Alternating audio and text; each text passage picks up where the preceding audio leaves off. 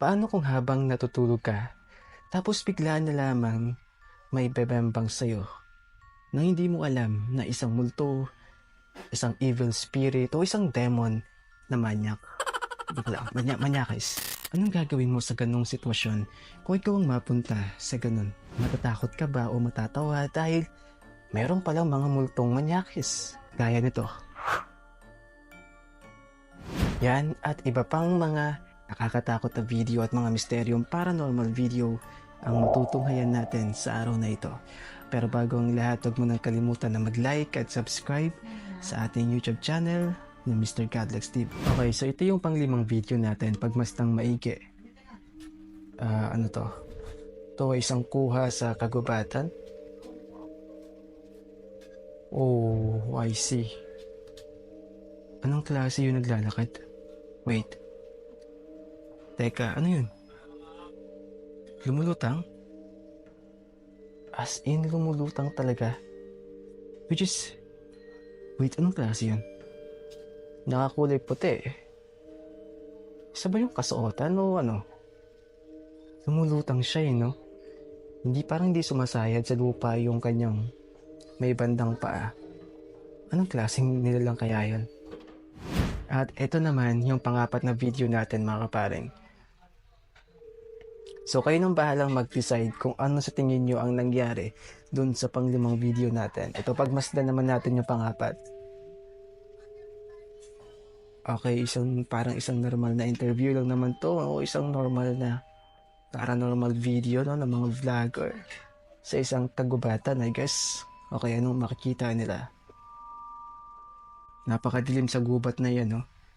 Kahit ako hindi ko gugustuhin na pumunta dyan na mag-isa lang. O kahit may kasama ka, still nakakatakot pa rin. Anong makikita nila? Wala naman. Na-expect ko na may makita silang tikbalang o kaya kapre dito since na sa puno no, madalas na lang iniilawan. So I guess merong tikbalang o kapre na makikita sa itaas ng puno. Oh, teka, parang may nakikita ako. Wait.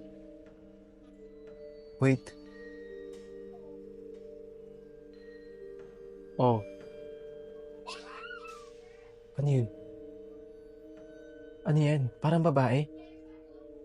Nakaitim. Nakaputi. Puting pangkasal? Oh. Harap.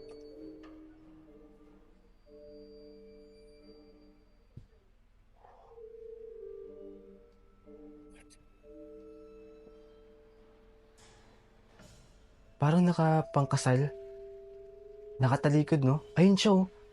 Kitang-kita mga kapare. Ay, hindi yan. Nakasabit lang pala yan. Yung kanina.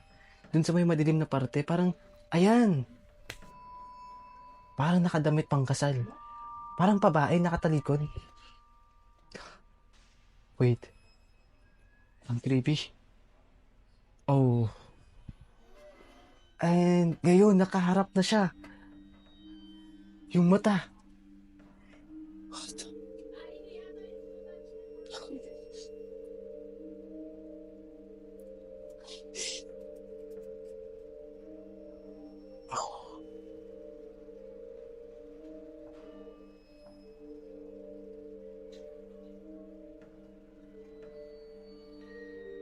Parang ano mga kaparang kung pamilyar kayo sa mga kwento ng mga matatanda sa atin na sa gubat ay meron dong mga engkanto. At madalas, no, yung pagpapaliwanag nila sa itsura ng mga engkanto is parang maputla yung kanilang mga tapos purong puti yung kanilang kasuotan at kumikislap na puti yung mata nila. Which is yun ang nakita natin dito sa video. Nakaputi siya, nasuot, tapos yung mukha niya parang maputla. Diba? Tapos may kumikislap sa kanyang mga mata. Which is parang engkanto. Yun ang sa palagay ko, parang engkanto to. So ibig sabihin, totoo yung mga engkanto na sinasabi nila na madalas ay naninirahan sa mga gubat o doon yung mga lagusan nila no, papasok sa kanilang mundo. Yung parang sa Biringan City. Ang creepy naman. Sobrang creepy nung part na yan. Grabe, imagine no, ikaw yung nandiyan sa ganyang sitwasyon tapos may makikita kang engkanto. Ewan ko na lang talaga. Ito mga kapatid, yung kanyang itsura. Puti yung kanyang mga mata which is nagpapakita na hindi to normal na tao. Akala ko nung una nakapangkasal at now para siyang engkanto. Nakaputing kasuotan, puti yung buhok, medyo maputla yung mukha tapos may puti yung kanyang mga mata. Ewan ko ba, nakakatakot na. At ito naman mga kaparing, ang pangatlong video natin. Parang nagkakaroon ng Google Meet sila, oy, Stephen Curry, oh, tika. Ano ginagawa ng Stephen Curry dito? Okay, pagmastang maigi Bakit andito Stephen Curry? Ginagawa ng Steph dito.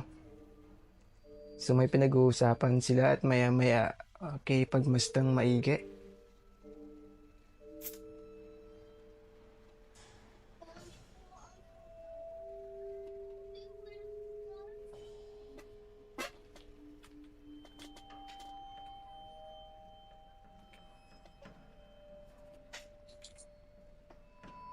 Okay, pagmastang maigi ang background ng dalawang to, yung si J-Rob at si Chris D.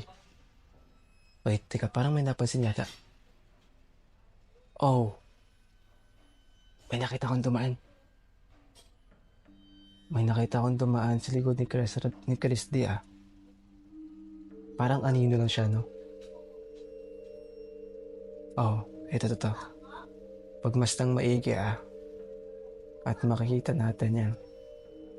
Maya-maya, tamo. Parang meron sa likod sa kanya. Parang anino.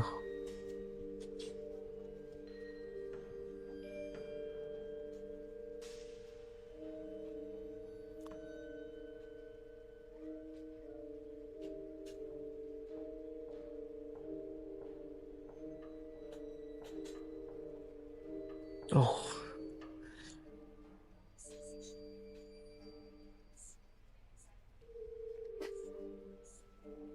What?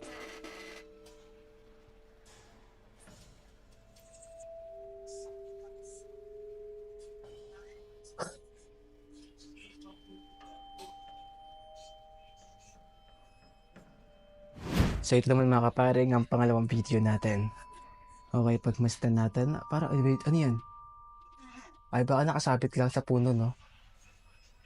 Teka. Babae ba yan? Babae ba? Wait, ano yun?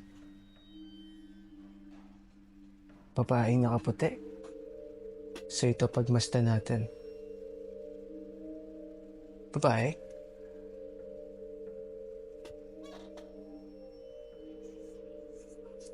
Ano meron dun? Wait pagmastang maigi mga kapare. Ay hindi, parang nakasabit lang sa puno eh. So ito na yung panghuling video natin mga kapare. Ang inaabangan ninyo, ang mga manyakes na multo. Bastos ka talaga. So makikita natin kusang inangat. Okay? Parang inangat talaga no? Okay?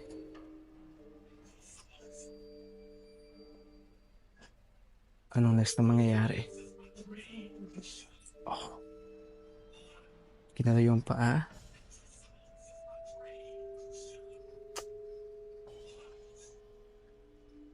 So ito, replay tanda ang inangat yung kamay nung lalaki. Asawa ata. Tapos yan.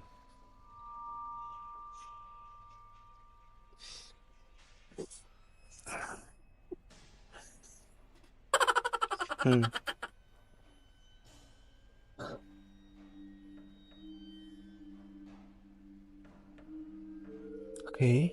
Ano next? Oh no! Wait. Hinabaran ba? Ay, hindi.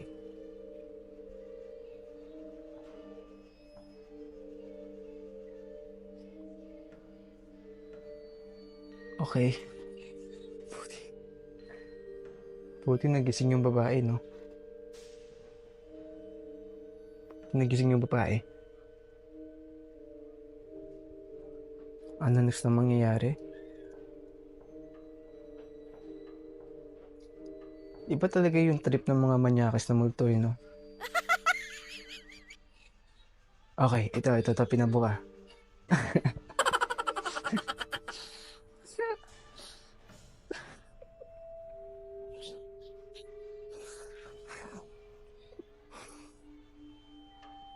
Hindi ko alam kung matatawa ako o matatakot eh. Ba't may mga manyakas na multo? Ewan ko kung ito man ay totoo, ibig sabihin lang nito. Kahit pala yung mga manyak na namatay na, gumagawa pa rin ng kababalaghan eh, no? Yung tipong, I mean, wala ka na sa mundo. Pati pa naman sa kabilang buhay, tinatala mo yung pagiging manyakas mo. Grabe, iba naman eh. Ngayon naman, tuturuan mo ko kung ano gagawin ko? Eh bakit ganyan? Tinuturuan mo ko ano? Ikaw na dito. Ikaw na maupo dyan, ako na dyan.